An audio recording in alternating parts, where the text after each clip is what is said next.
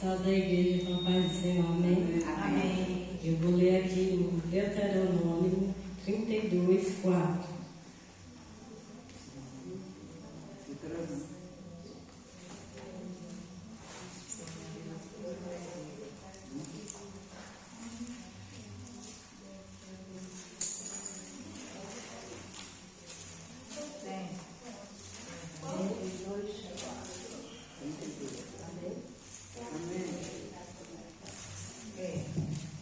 Amém? Ele é a rocha cuja obra é perfeita, porque todos os seus caminhos juízos são. Porque todos os seus caminhos juízos são. Deus é a verdade e não há nele injustiça. Justo e reto é. Eu quero dizer aqui que Deus é fiel. Não importa o que aconteça, na felicidade ou passando pelo deserto, Ele é Deus. Amém. O mundo está nas palmas da sua mão e nada sai do seu controle. E queria dizer novamente que Deus é fiel.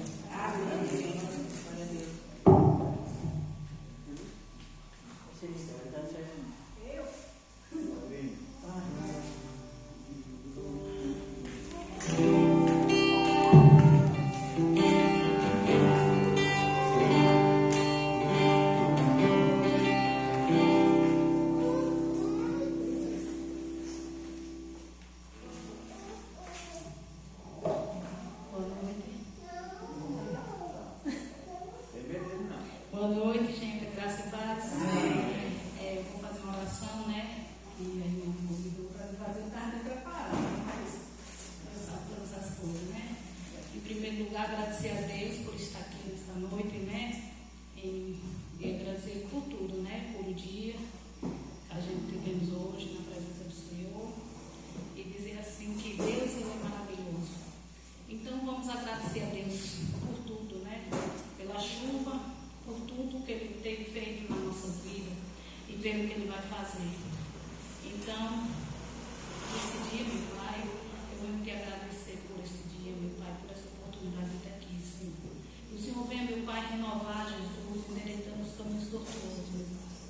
Venha nos abençoar, meu Pai, nesta noite, meu Pai. Que não seja simplesmente um culto, meu Pai, mas que Tua presença, Senhor, seja real em nossas vidas. Que o Senhor vai abençoando a nossa casa, a nossa família, as nossas vidas, meu Pai. Endireitando, Senhor, os caminhos tortuosos, Senhor, tirando tudo aquilo, meu Pai, que não te agrada, meu Pai. Então, que o Senhor venha, meu Pai, nesta noite, meu Pai, nos abençoar, nos guardar, nos livrar e nos proteger de todo mal, Senhor. Porque tudo é teu, meu Pai, toda a honra e toda a glória, Senhor, seja dada a ti, meu Pai. Lá no Salmo 23, o Senhor diz também, meu Pai, que o Senhor é nosso pastor e nada nos faltará. Ele nos faz repousar em pasto verdejante, guia-nos junto das águas tranquilas por amor do teu nome. Ainda que eu andasse pelo vale da sombra da morte, eu não temerei mal nenhum, porque, Senhor, tu estás comigo. A tua vara e teu cajado me consolam, prepara uma mesa perante mim na presença dos meus inimigos. Tu ungiste a minha cabeça com óleo e o meu cálice transborda. Certamente que a misericórdia me seguirão todos os dias da minha vida, que eu possa habitar na casa do Senhor por todos os dias. Amém? Amém. Senhor, venha nos abençoar.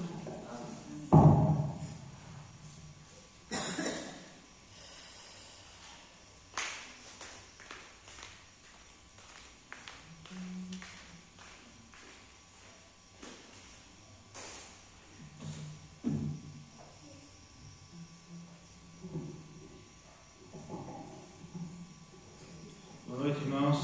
Graças a paz. Vamos ficar de pé para adorarmos ao Senhor.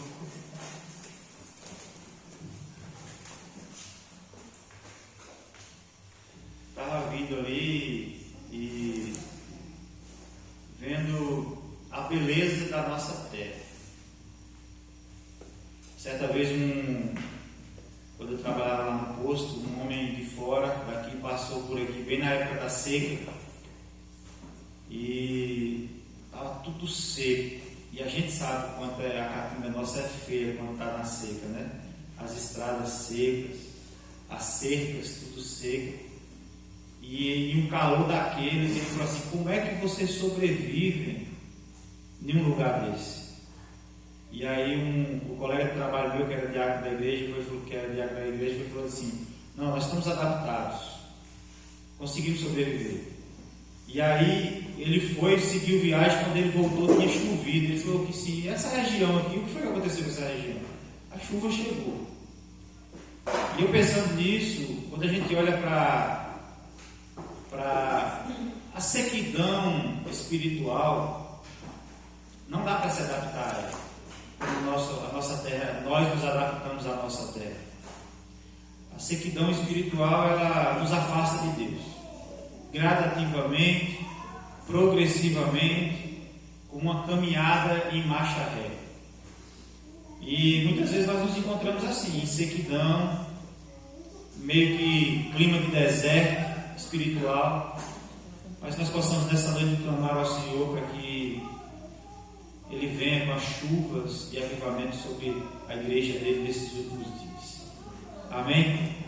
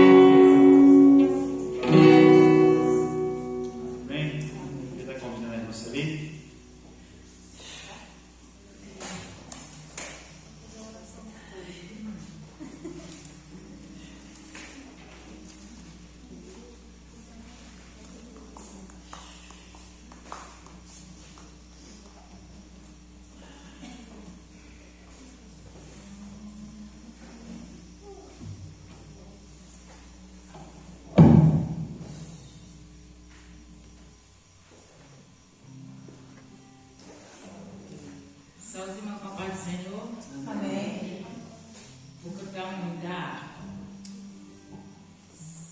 186.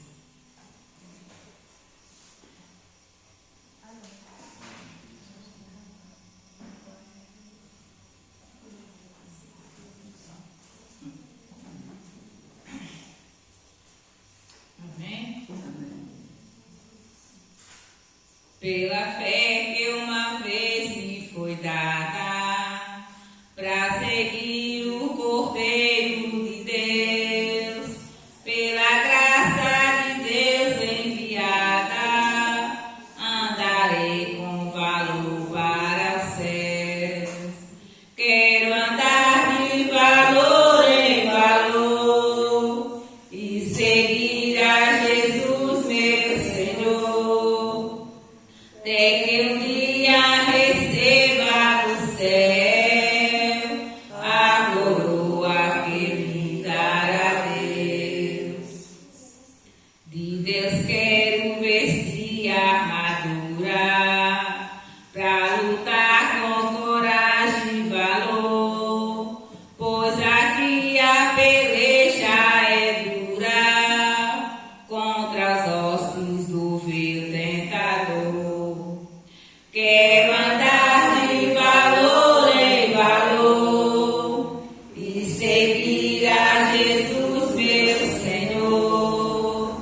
Até que um dia receba do céu a coroa que me dará Deus. Em Jesus eu farei mil proezas no combate da fé e do amor. Nele tenho vigor e destreza pra lutar e pra ser vencedor. Quero andar de valor em valor e seguir a Jesus, meu Senhor, até que um dia receba no céu a coroa que me dará Deus. Eu direi ao findar esta lição que combati o combate de amor, e a coroa terei de justiça que no céu me dará o Senhor. Quero andar de valor em valor e seguir a Jesus, meu Senhor, até que um dia receba no céu a coroa que me dará Deus. Quero andar de valor em valor e seguir a Jesus, meu Senhor, até que um dia receba no céu a coroa que me dará Deus.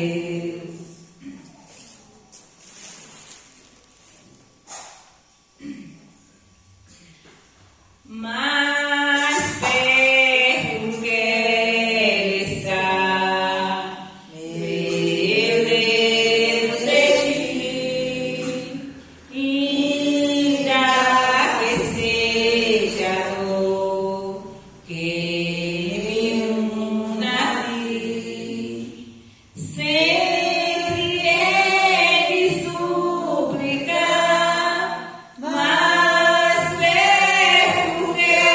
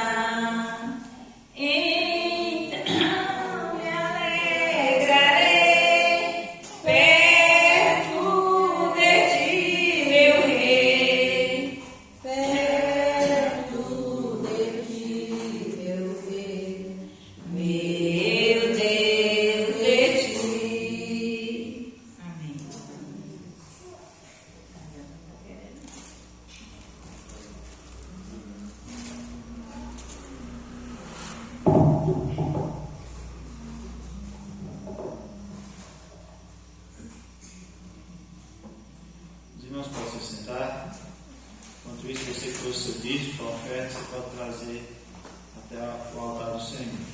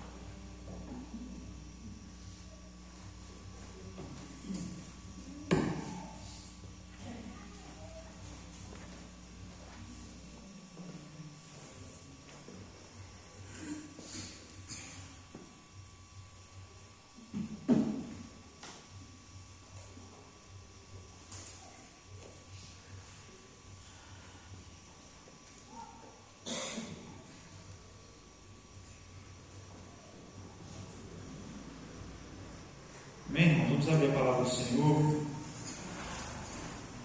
em 1 Tessalonicenses, 4.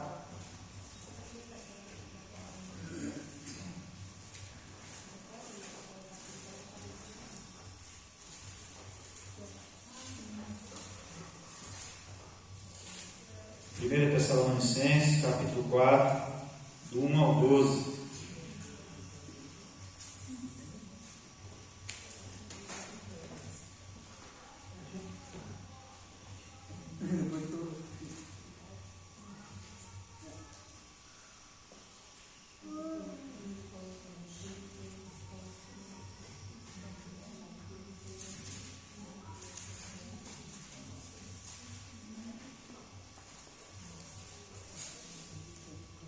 Amém?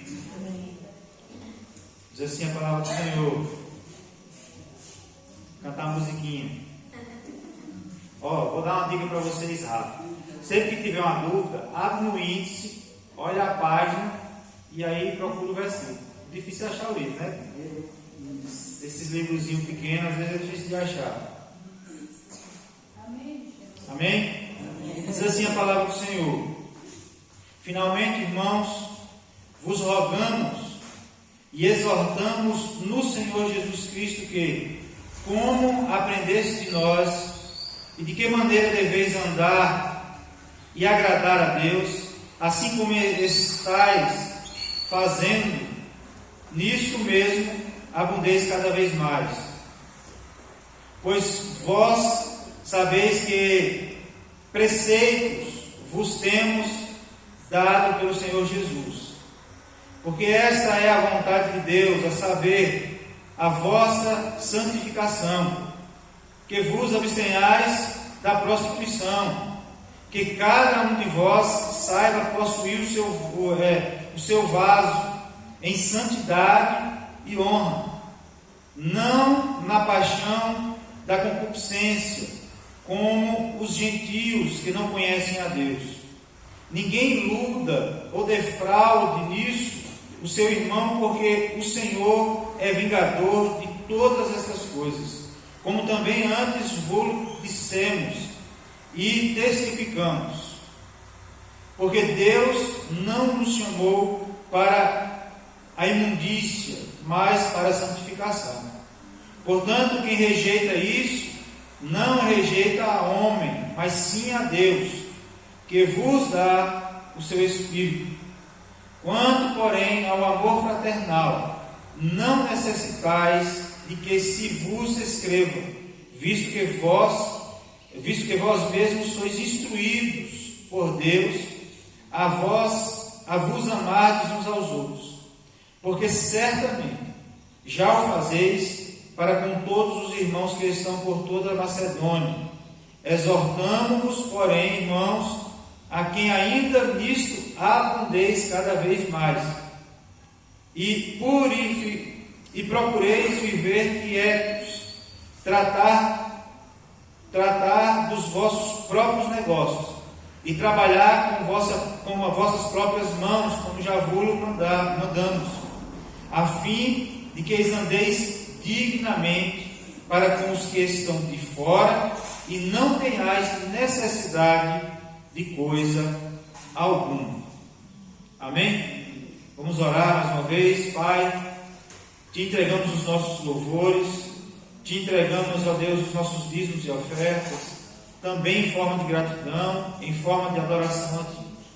Mas agora, Senhor, que o Senhor fale conosco, que o Teu Espírito possa estar ministrando aos nossos corações de maneira poderosa, porque se não for pelo Teu Espírito, ó Deus, para nós reconhecermos a Tua Palavra, nós saímos daqui da mesma forma que entramos. Mas nós queremos nessa noite que Teu Espírito fale conosco, ó Deus, em nome de Jesus Cristo, para o louvor da glória do Senhor. É assim que nós pedimos. Amém. Irmãos, a vida cristã é comparada, e ela sempre é comparada a uma caminhada. O apóstolo Paulo, ele gosta muito de, nos seus textos, ele falar sobre a vida cristã como uma caminhada. A caminhada sugere que nós temos um destino, e esse destino a gente vai caminhando e a gente vai chegar em algum lugar.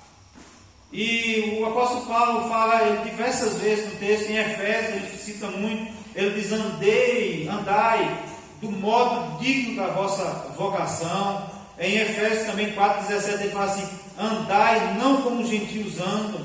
Ele diz também em Efésios 5,2: andai em amor. E Efésios 5,8: andai como filhos da luz. 2 Coríntios 5,7 ele diz assim: porque nós não andamos por fé, porque nós andamos por fé e não pelo que vemos.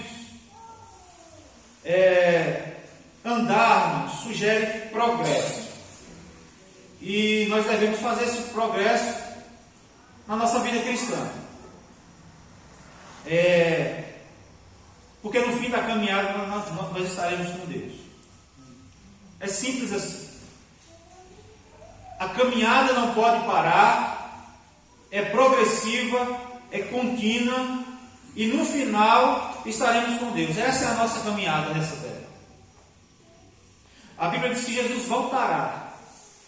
Essa é uma realidade que a igreja espera. Se a igreja não espera, precisa rever o cristianismo na sua vida, porque nós precisamos de fato viver como se Cristo viesse todos os dias.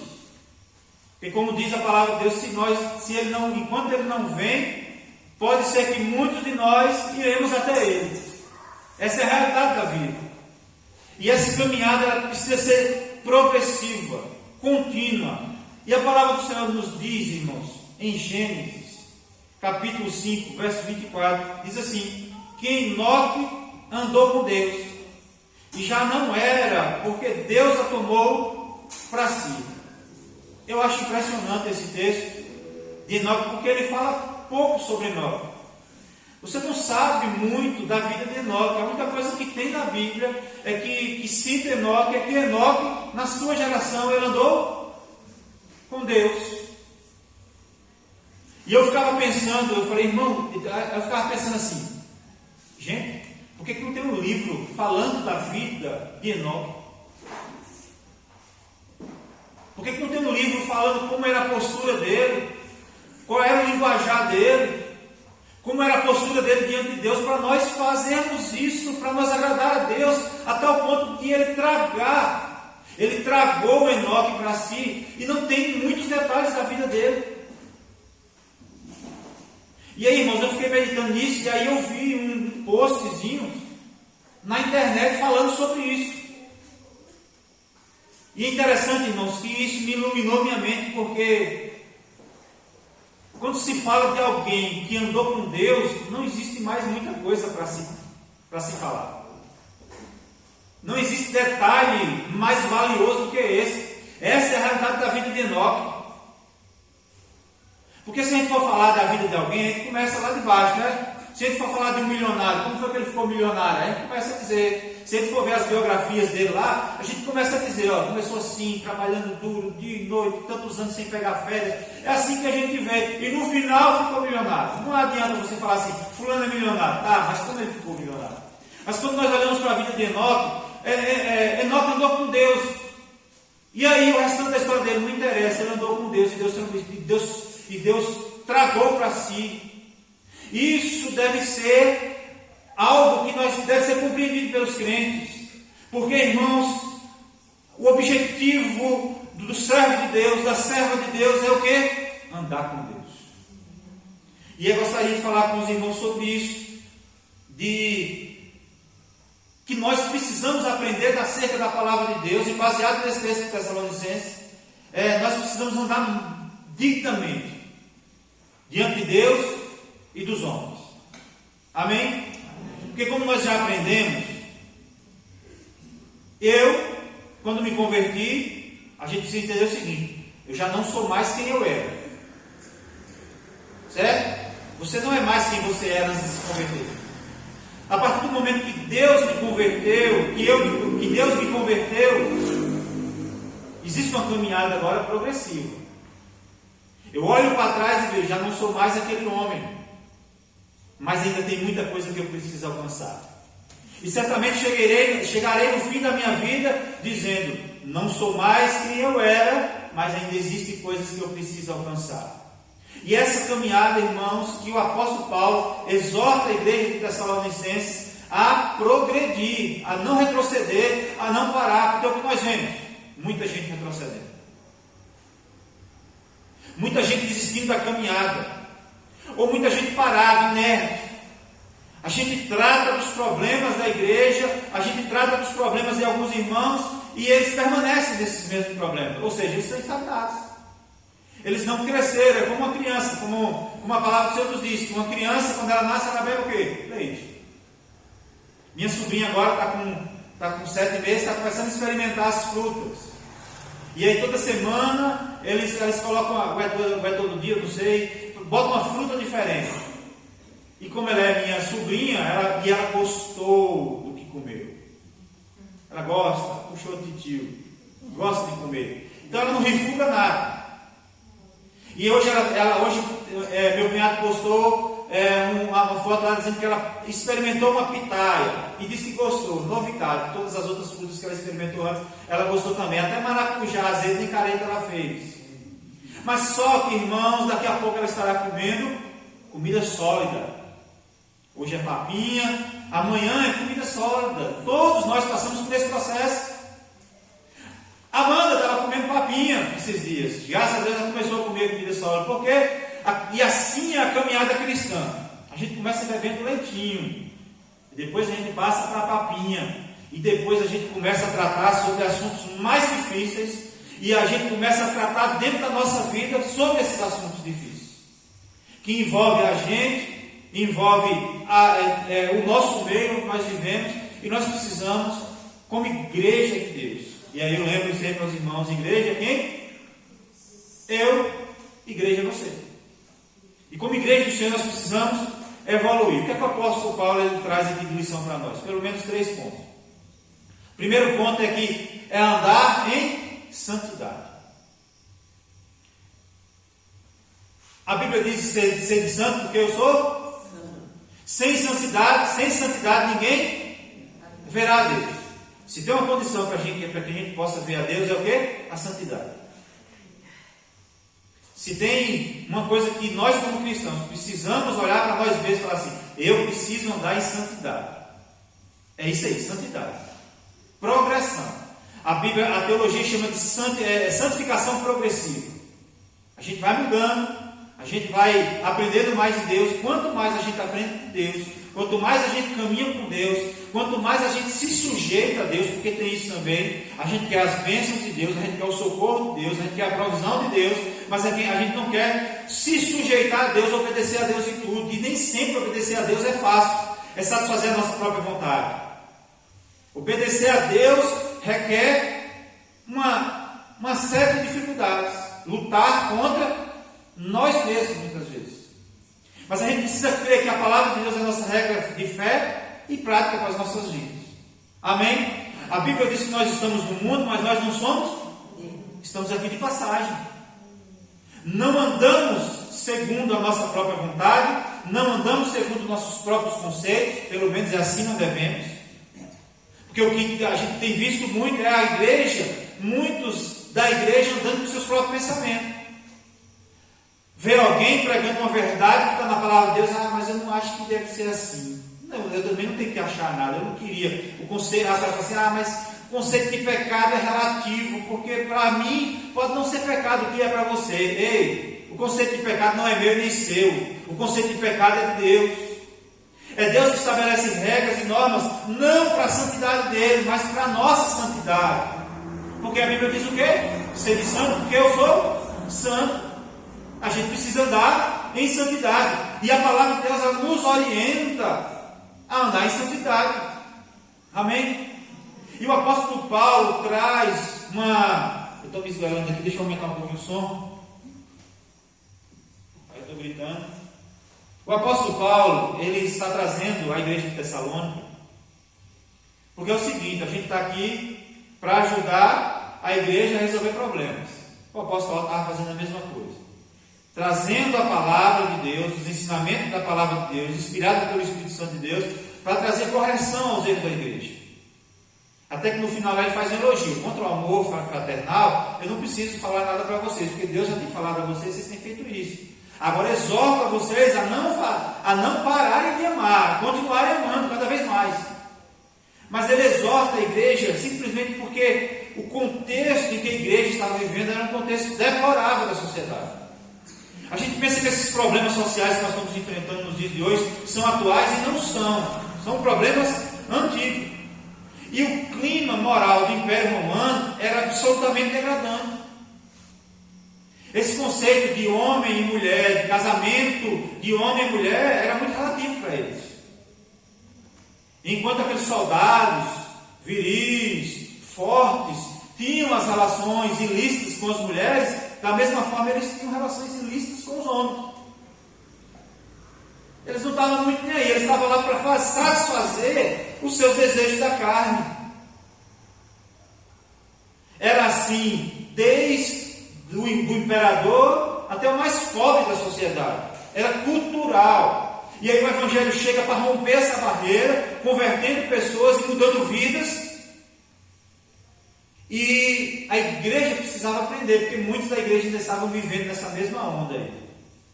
Vendo que o mundo estava fazendo e trazendo para dentro da igreja essas práticas. Aquilo que era santo estava deixando de ser santo. E aquilo que era profano estava se tornando como se fosse santo dentro da igreja.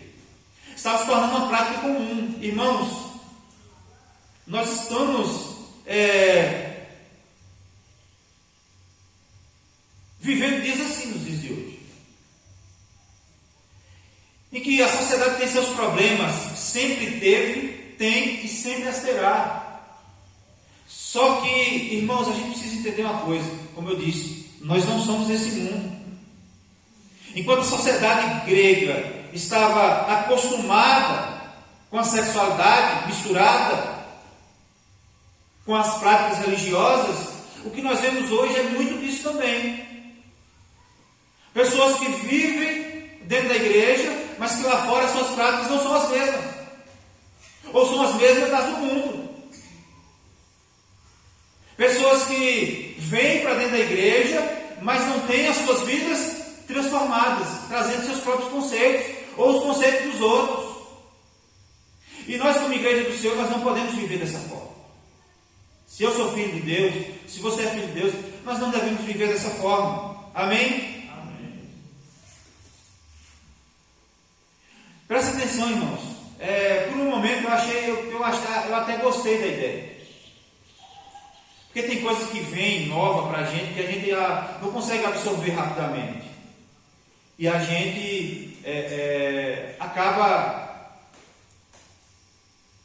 aceitando, porque acha que não vê coisa muito diferente. Mas há pouco tempo a igreja aderiu ao relacionamento conjugal estável.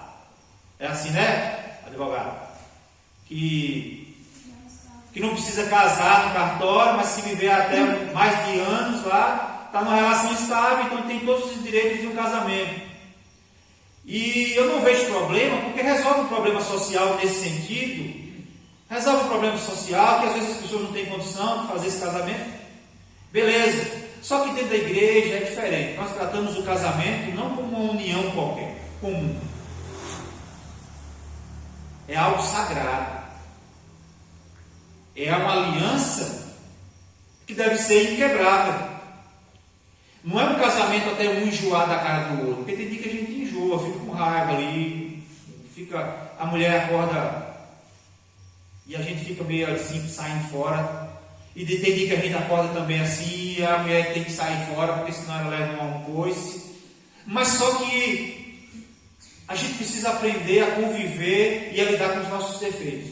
Mas o mundo não. Se não der certo, acaba. Já começa pensando em acabar. O casamento já faz um documento lá, porque se terminar, o que eu conquistei daqui para trás é meu só. O que eu conquistar daqui para frente com você é meu e seu. Porque já pensa nisso, no terminar o relacionamento. Só que aqui dentro não é assim. Na igreja, o conceito de casamento, ele é sagrado. E aí, irmãos, o pastor Bira fala o seguinte: não faz isso não.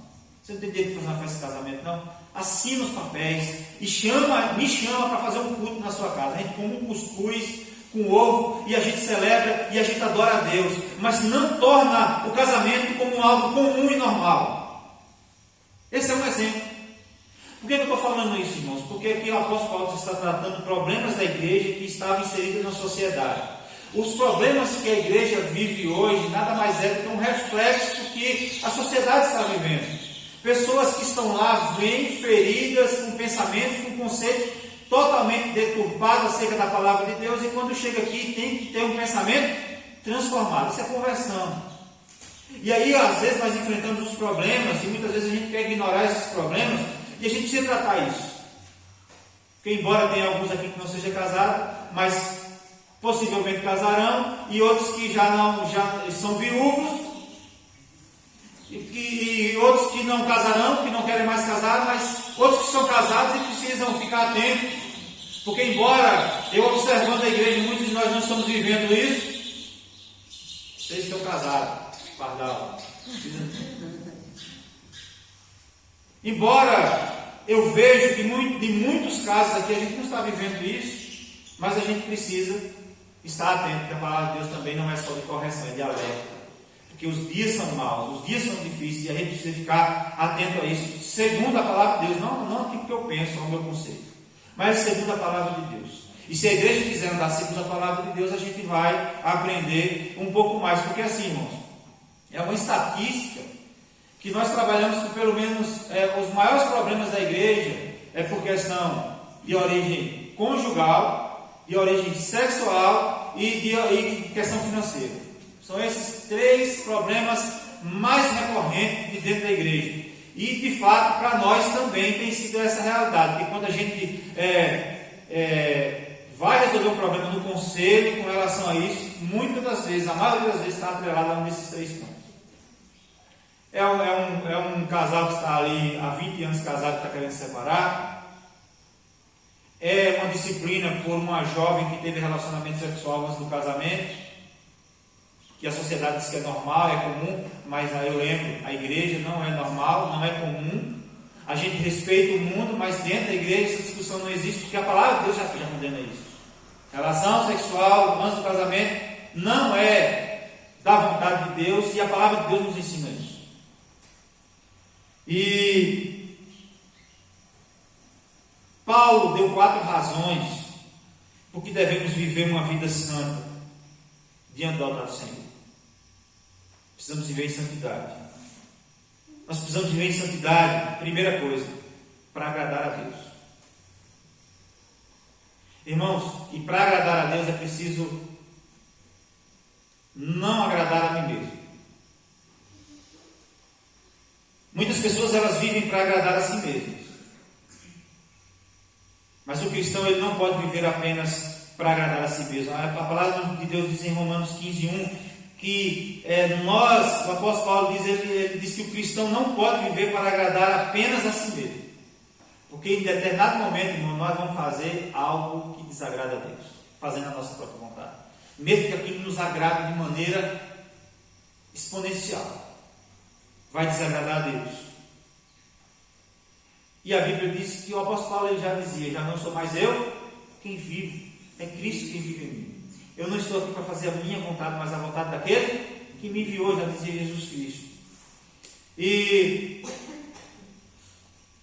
nós precisamos ficar atentos sobre essa questão de agradar a Deus.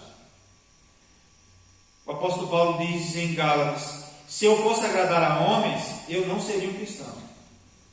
E às vezes, irmão, como é difícil quando a gente não tem maturidade espiritual, isso exige maturidade espiritual. Por isso que eu digo, comer comida sólida, gente adulta, com dentes fortes. Porque muitas vezes, irmãos, a gente está no meio da igreja, é um ambiente perfeito para fazer a vontade de Deus, para falar sobre Deus, para falar sobre nós, né? É um ambiente perfeito. Mas quando chega lá no nosso trabalho, chega no meio da nossa família, a gente tem vergonha. Aí a gente vai querer, para poder se enturmar, a gente vai falar assim, eu não sou tão radical assim. E começa a negociar princípios para agradar a outras pessoas. Às vezes a gente, nós vemos uma sociedade que parece que a gente vai ter que viver mudo, sem poder nos posicionar sobre certas questões, porque Se a sociedade não aceita, a gente vai ficar calado. E nós estamos vivendo uma geração de crentes que não tem coragem para enfrentar a realidade do mundo e ser diferente. Ser diferente.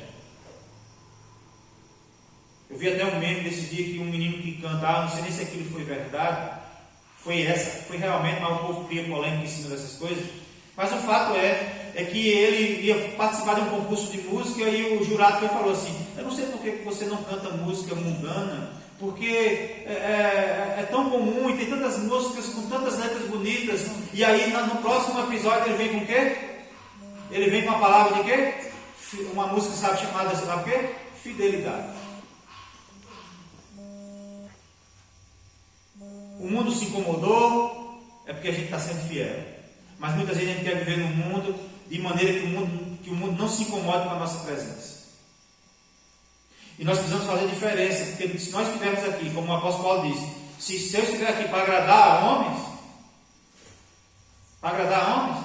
eu não consigo ser um cristão. Porque na maioria das vezes eu não posso agradar nem a mim mesmo, quanto mais os outros. Agradar a Deus deve ser o nosso principal objetivo de vida. Foi o próprio Jesus que nos ensinou e Ele próprio viveu para agradar a Deus. O próprio Jesus, Filho de Deus, Filho de Deus, Ele viveu para agradar a Deus. E agradar a Deus, irmãos, olha, presta atenção, agradar a Deus é muito mais do que obedecer a Deus.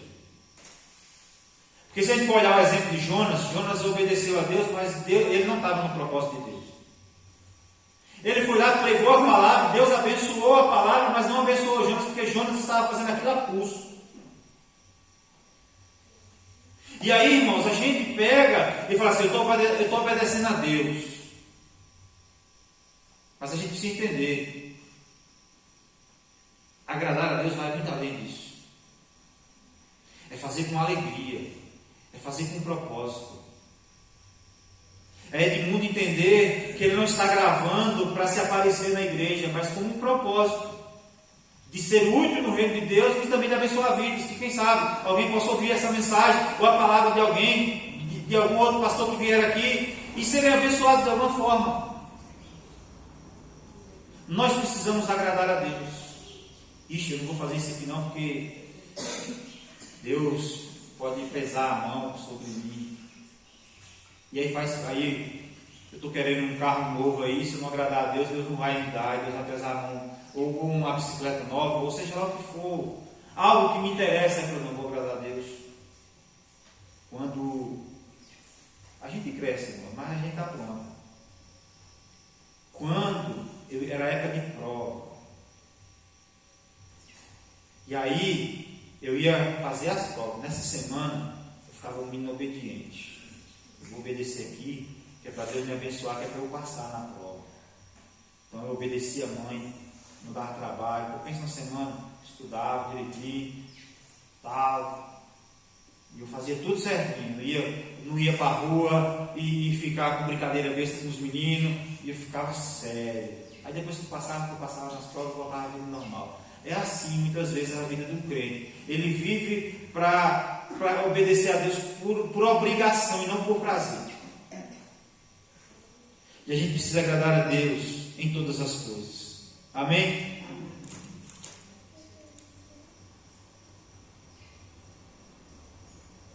Andar em santidade, primeiro, para agradar a Deus. Segundo, para obedecer a Deus. Primeiro, para agradar a Deus. Segundo, para obedecer a Deus.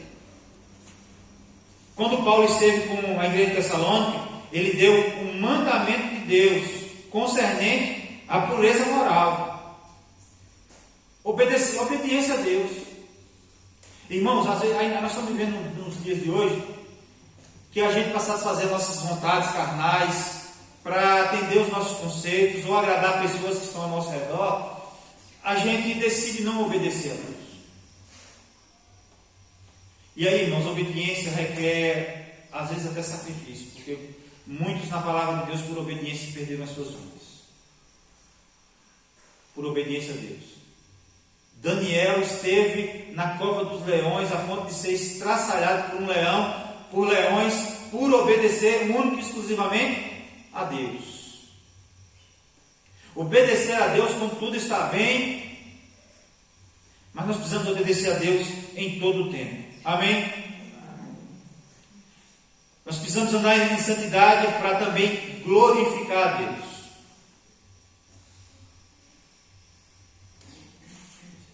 Os puritanos, eu compartilhei aqui na reunião da oração um dia, os puritanos eles têm o seguinte pensamento, que o homem ele deveria ser o melhor esposo. O homem crente, servo de Deus, ele deveria ser o melhor esposo. A mulher deveria ser a melhor esposa. O filho deveria ser o melhor filho, a melhor filha. Ele deveria ser o melhor cliente, ele deveria ser o melhor trabalhador. Porque quem vive com Cristo tem que andar como ele andou. E ele andando como ele andou, nós seremos melhores. E infelizmente eu já vi dono de loja falando assim: eu não quero crente na minha loja como empregado, porque crente é triste, nojento, desobediente, preguiçoso. Olha só que palavra dura que eu recebi na cara.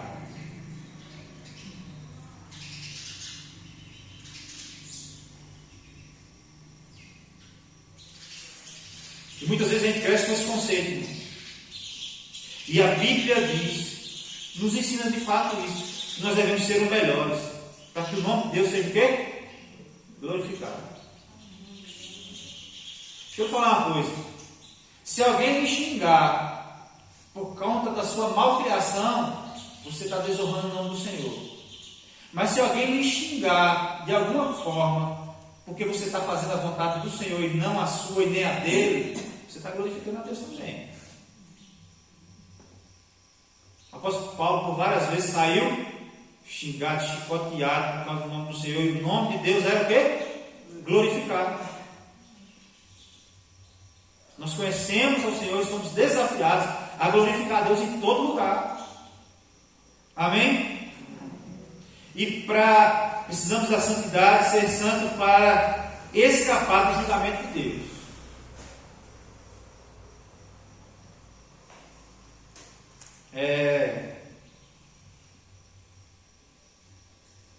Um membro da igreja, ele criticou o pastor porque ele estava pregando sobre pecado na vida dos crentes.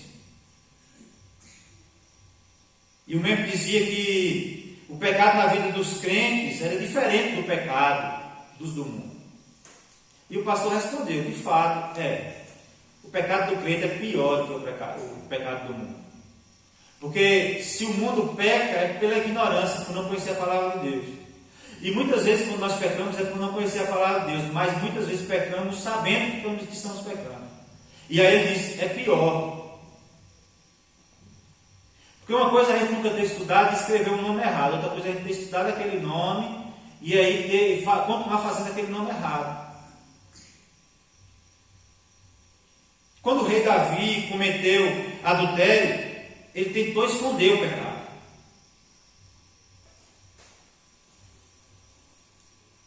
E quando Davi pediu perdão pelo seu pecado, confessou o seu pecado, Deus fez o quê? Perdoou. Mas o que foi que aconteceu? A consequência do pecado permaneceu. Pessoas morreram por causa do pecado de Davi. O fruto do pecado de Davi, o menino morreu. Davi passou um bocado de tempo orando, jejuando pela vida do menino, mas o menino morreu.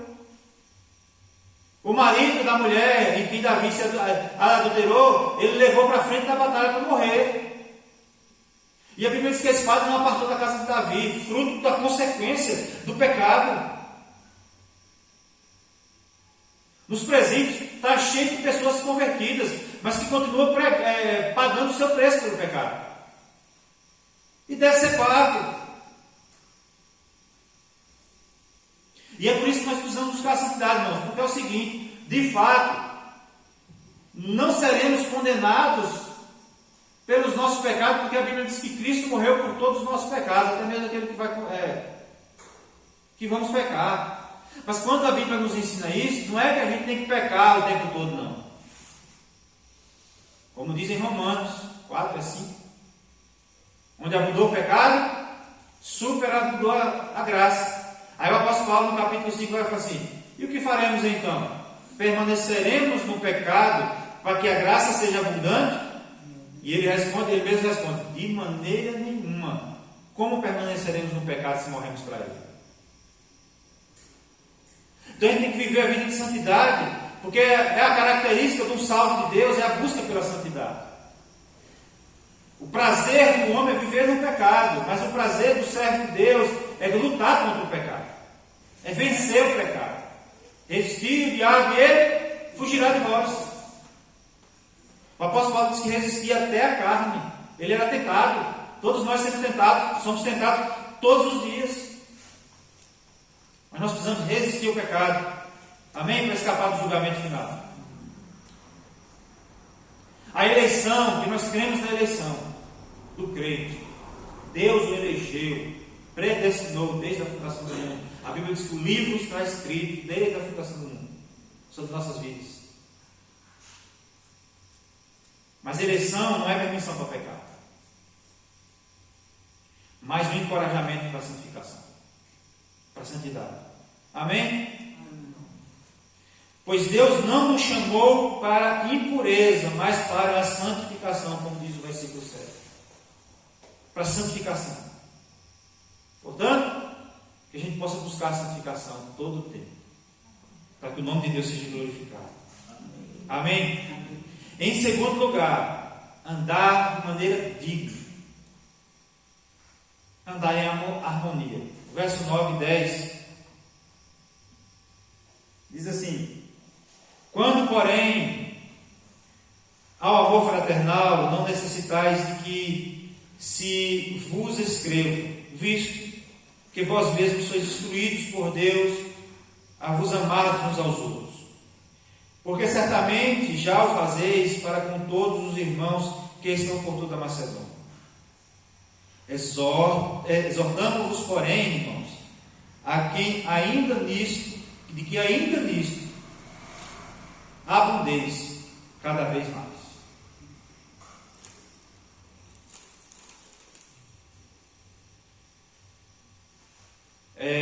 A transição da santidade para o amor fraternal é natural. Quanto mais conhecemos a Deus, mais amamos ao nosso próximo. Quanto mais nós conhecemos a Deus, amamos mais as pessoas. Quanto mais aprendemos de Deus, conseguimos ter o sentimento de amor por aqueles que estão perdidos.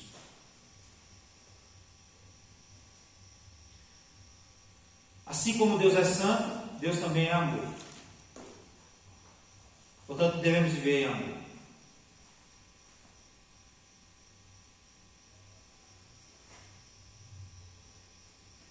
Se nós amarmos uns aos outros, irmãos, nós não vamos pecar uns contra os outros.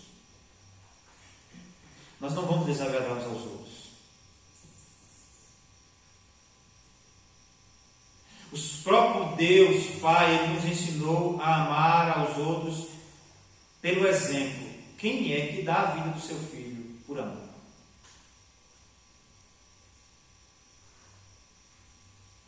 Quem é que tem condição de dar a vida do seu filho por amor? Você até pode dar a sua vida pelo seu filho, mas você não dá a vida do seu filho por ninguém. Por mais que você ame seu parente, chegasse sua mãe e falasse assim: eu estou com uma doença grave e preciso fazer um transplante, para mim ficar viva, Caleb tem que morrer. Eu falar: pai, mãe, foi bom estar com você, mas eu não daria a vida do meu filho nem mesmo por minha mãe.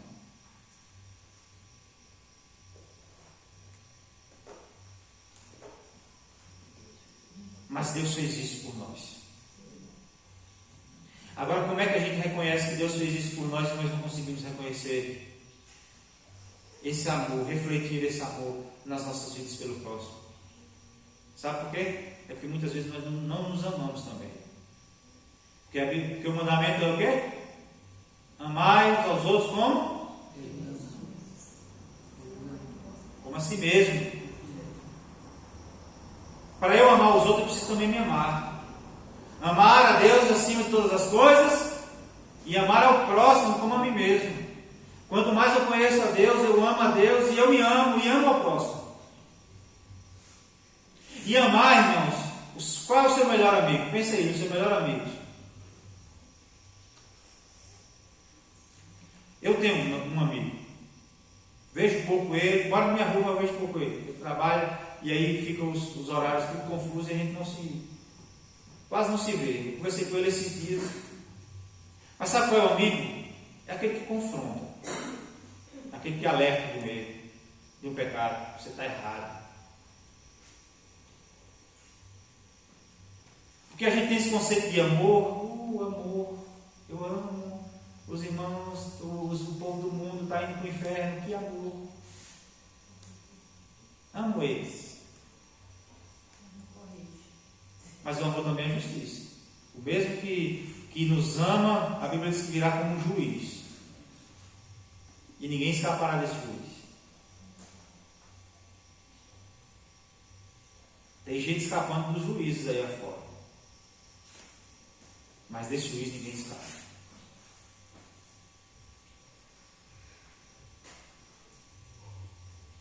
O amor deve fazer parte da igreja. É como se fosse o sistema circulatório do corpo de Cristo. Ele deve fluir no nosso meio. Fazer que nem Elise. A gente chamava, falava com Neguinha. Neguinha dá trabalho. Elise, não, Neguinha não dá trabalho não. Só uma brincadeira. Neguinha dá trabalho, mas nós amamos Neguinha. Às vezes nos decepcionamos uns aos outros, mas nós nos amamos. E assim deve ser a igreja, isso deve ser natural. Irmãos. Porque quando nós amamos a Deus, o amor ao nosso próximo deve ser natural. E a Bíblia diz que o amor de irmãos é uma ordenança de Deus. O amor fraternal é uma ordenança de Deus para com a igreja. Aquele que não ama, não conhece a Deus. Porque Deus é amor.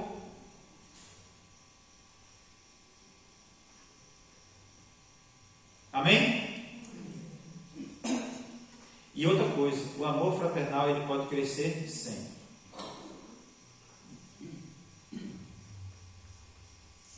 Eu falo sempre com a mãe. A gente está ficando velho, vai deixando mais de falar essas coisas, mas eu falava sempre.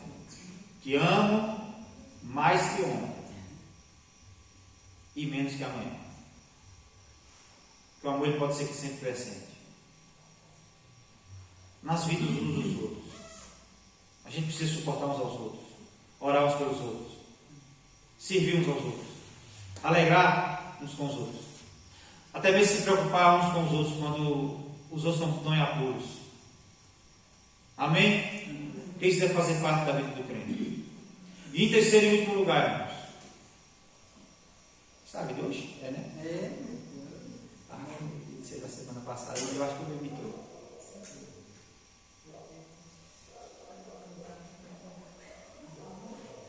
Lembra que eu falei que nós tratamos vários problemas aqui e alguns são mais recorrentes, a questão sexual e tudo mais? A Bíblia nos ensina no verso 11 e 12, andar em honestidade. Agora aqui, irmãos, a ênfase não é o amor entre os irmãos, mas o testemunho para com os de fora. Verso 11 e 12. Procureis viver quietos, tratar dos vossos próprios negócios e trabalhar com vossas próprias mãos, como já vos mandamos, a fim de que andeis dignamente para com os que estão de fora e não tenhais necessidade de coisa alguma.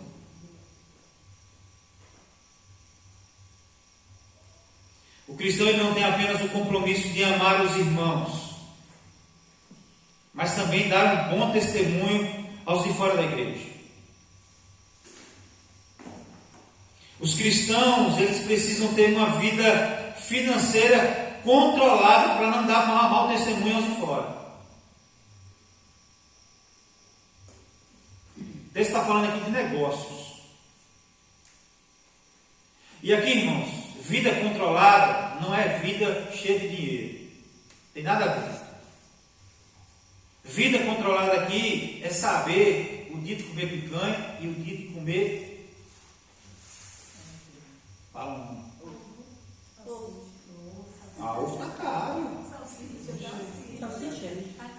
Salsicha mata. Vamos pensar num negócio natural aí, mais barato. Carne moída é carne. Vamos pro ovo mesmo. Porque a proteína é ovo. Ovo assado.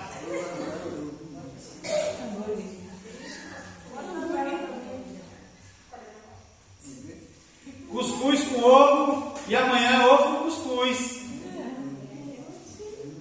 Fim de semana, esses dias, ó, de vez em quando a gente compra um lanchinho lá em casa. Aí essa semana o menino querendo lanche. Ô, fim de mês, se liga. Acabou, tô doido para acabar o mês.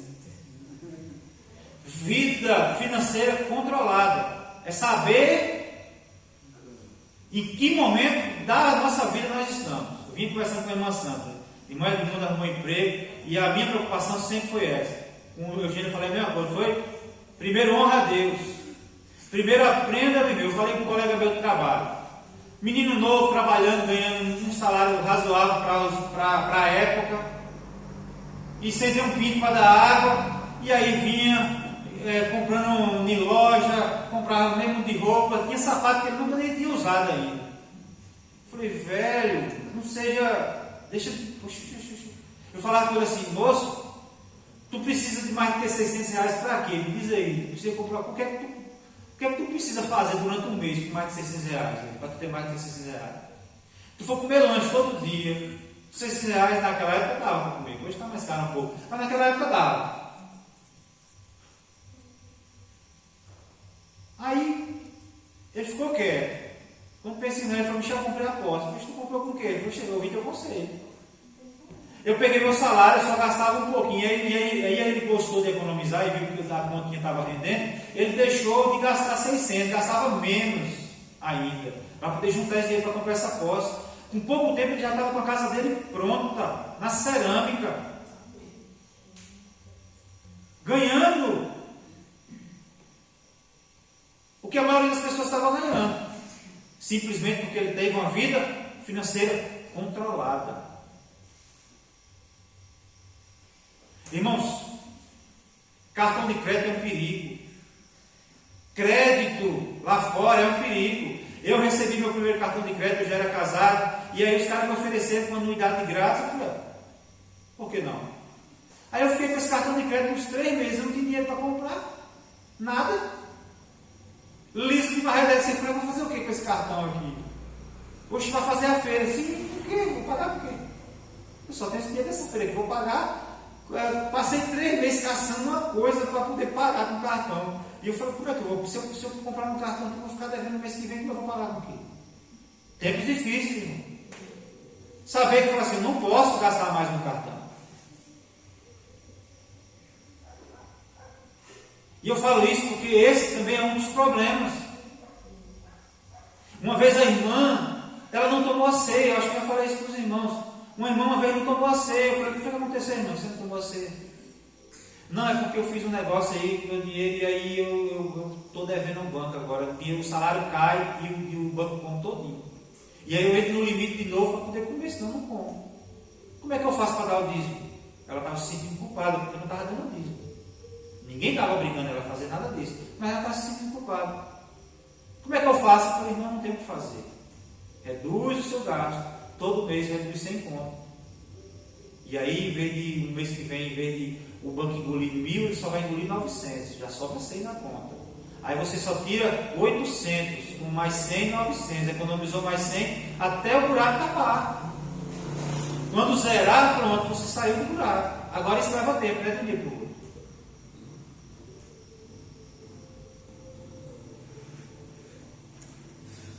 E aí, irmãos, a gente tem que ter sabedoria para lidar com tudo isso, até com o dinheiro, porque se tem uma coisa que tira o juízo, principalmente dos homens, quem já teve boleto para pagar alta aí que sabe. Hein, irmão Deus, os boletos da semente. E o negócio, o cheque da outra cenoura bateu fofo, demorou, o cara ainda dá um cheque para 40 dias. Já aconteceu isso, senhor não? Homem, cenoureira acontece demais isso aí. Não sei se hoje melhorou, mas no meu tempo, eu saía do meu trabalho para ir cobrar, para receber o dinheiro do cara, o cara marcava comigo no banco, chegava lá, Ou não aparecia, falou, moça, eu tenho que fazer. Quando tu tiver com dinheiro, tu me chama, eu vou buscar, eu não vou ficar vindo aqui todo dia, não. E aí tira o juiz da gente, irmãos. A gente fica preocupado, ansioso, não dorme direito. Por quê? Por questão financeira, né? Precisa ser controlado. E aqui teve muitos irmãos que, com um falso entendimento da doutrina da segunda vinda de Jesus, não queria mais trabalhar, não. Essa era a realidade dessa vida. Não queria mais trabalhar, não. Aí ficou sem trabalhar, e a Bíblia diz que quem não trabalha, também não coma. E aí sabe o que acontecia? Muitos irmãos estavam dependentes dos outros irmãos. Quem fala, não, vou trabalhar, não, Jesus está vindo aí. Jesus disse que viria, mas não disse quando. E irmãos, hoje em dia a gente vê muito isso, não com esse pensamento de que Jesus vai vir e não vai trabalhar. O irmão não tem problema em arrumar trabalhador aqui? Isso é a realidade. Como é que um lugar que tem tanto desemprego você tem dificuldade de arrumar uma pessoa para trabalhar? Tem lógica isso? A conta não fecha. Quanto tempo, né, irmão? Atrás de um emprego. E agora quem recebeu tem que segurar. Não vai querer passar por os momentos difíceis que passou de novo. Mas e aí hoje tem muitos benefícios do governo. E eu entendo que são necessários porque existe muita gente vivendo abaixo da linha da pobreza, mas é fato que isso também tem um bônus e um ônus. Tem muita gente que acostumou a viver com isso e não quer mais trabalhar. E a gente precisa entender, irmãos, que todos nós um dia podemos precisar disso. E isso é legal e é lícito, e todos nós podemos até precisar, e é possível que alguns aqui até usufruem disso.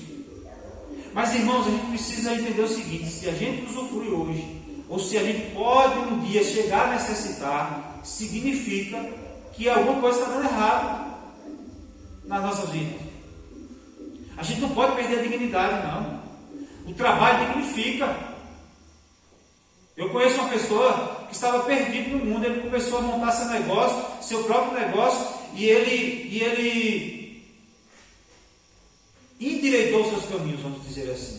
Porque o fim dele era triste, a forma como ele estava andando. E ele começou a trabalhar. Quando ele sentiu o sabor do dinheiro, fruto do seu trabalho, ele se sentiu digno. Eu me lembro de uma vez que a gente foi dar uma cesta básica a uma pessoa da sociedade e que estava precisando de fato. E quando precisa, a gente de fato precisa acudir. A Bíblia diz que nós precisamos acudir esses irmãos, e primeiro os irmãos da fé. E esse homem estava desempregado, desesperado, porque não tinha o que comer dentro de casa, os filhos com fome, desempregado, sem um mato para capinar naquele dia. E a gente diaconal chegou lá e deu a cesta básica, e ele ficou tão grato. E aí você sabe, a cesta básica acaba. Você não resolve o problema da pessoa, você resolve o problema hoje, mas depois você acaba o problema. A cesta básica acaba. E aí a ajuda diaconal lembrou dele e foi lá ver de novo com uma cesta básica para entregar a ele. E ele falou assim: eu agradeço demais o que vocês fizeram por mim, mas eu preciso que vocês procurem outra pessoa para você dar essa cesta, porque graças a Deus eu arrumei um emprego, não estou precisando mais. Isso é dignidade, irmão. Ele falou: arruma outra pessoa, porque agora, graças a Deus, Deus está me dando emprego, estou trabalhando, fiz minha feira direitinho, tudo, graças a Deus por isso. Mas, irmãos, a gente sabe que se a gente chegar com um caminhão de cesta básica, com 1000 cesta básica, até gente que tem salário maior que o salário mínimo vem buscar. Pessoas que não têm dignidade. Perde sua dignidade. E o trabalho dignifica. É bênção. E não é maldição. Então ele precisa saber administrar e viver de modo digno. É como eu disse: tem dia de comer picanha, tem dia de não.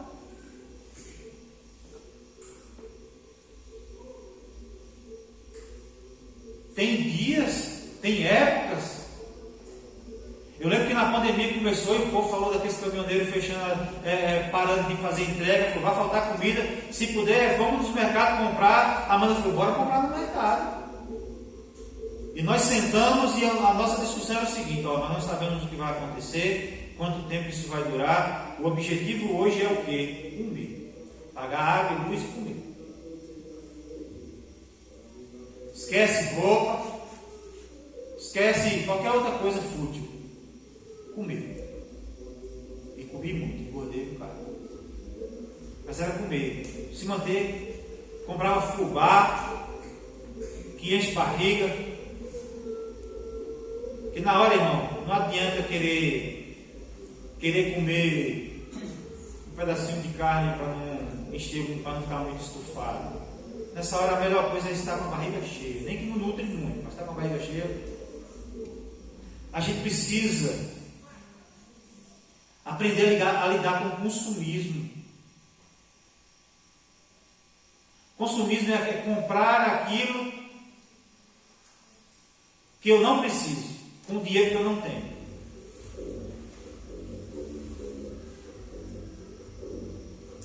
Mulher, ó, estou falando de mulher porque aqui tem mais mulher.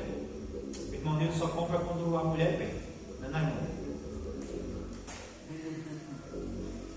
Mas tem uns caminhãozinhos de coisa que passa por aí, irmãos, que eles são mestres em vender, em fazer você comprar aquilo que você não precisa. Quantas vezes você já comprou a toalha do Flamengo que estava vendendo lá? A gente vê o povo vendendo toalha do Flamengo, do Palmeiras, uns puff, umas cadeiras de palha sintética. Quem já viu aí? Eu comprei. Olha aí, já sentou nela pelo menos? Porque tem gente que compra e nem tem para sentar nelas nem.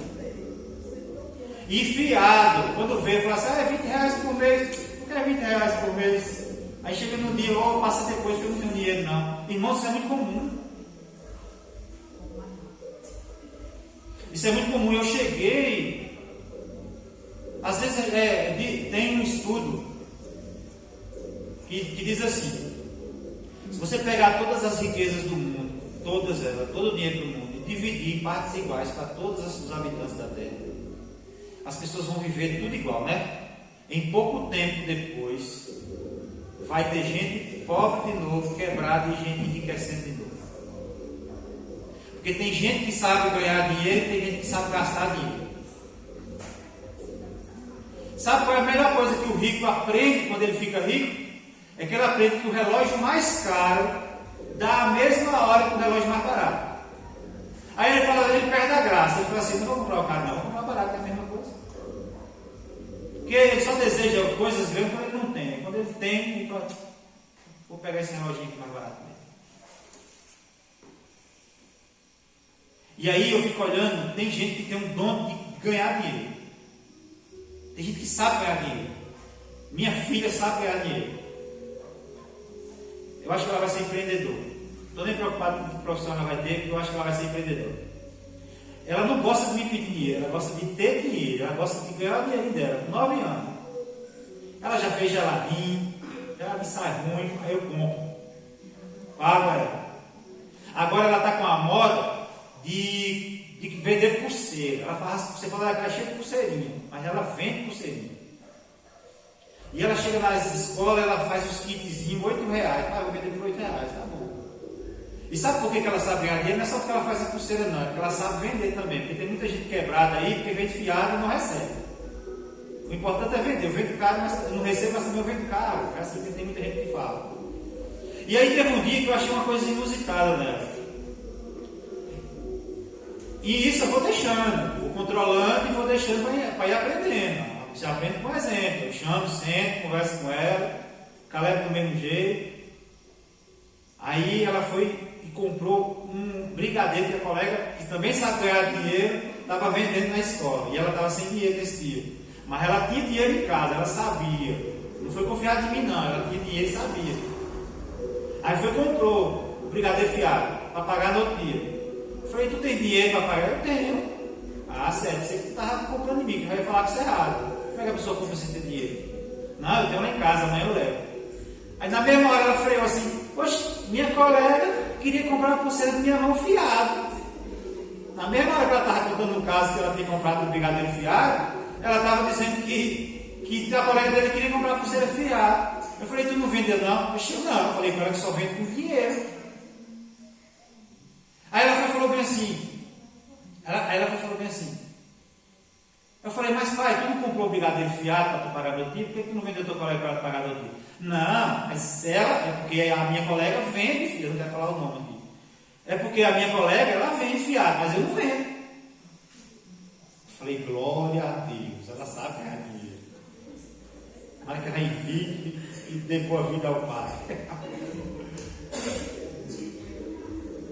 Entenderam, irmãos? E aí, sabe o que ela faz? Ela fala, pai, o senhor quer trocar esse dinheiro, quer me dar as moedas para ela pegar o dinheiro graúdo, que é para não gastar. Eu não ensino nada disso a ela, só vou controlando, deixando ela ir aprendendo. Irmãos, eu estou dizendo isso, é até um pouco engraçado, e é bom às vezes a gente compartilhar isso, às vezes é o nosso orgulho também, ter um filho assim e tal. Mas eu estou falando isso, irmãos, porque às vezes a gente passa por tantas lutas, e às vezes, né, Deus permite, que Ele é soberano sobre todas as coisas, mas é nós que provocamos. Uma coisa é o emprego que você perde porque a empresa quebrou, mas perder o emprego porque você foi irresponsável, não pode.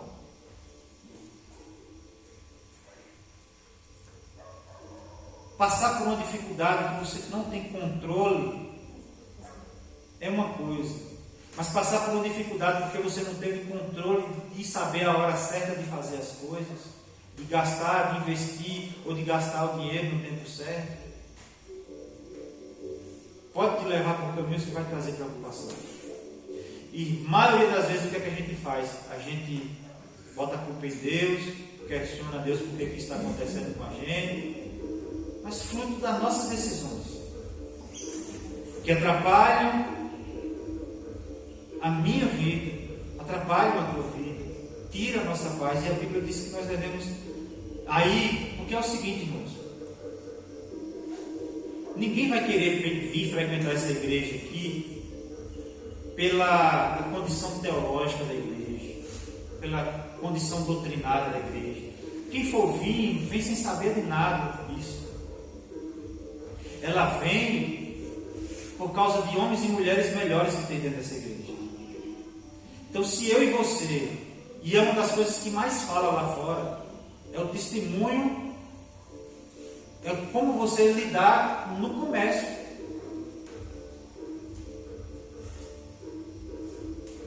E aí a gente fica, as pessoas não vão vir de lá para cá por causa da palavra que é boa ou qualquer coisa desse tipo. Vem para cá por causa da pessoa melhor que você se tornou, que Jesus fez você ser.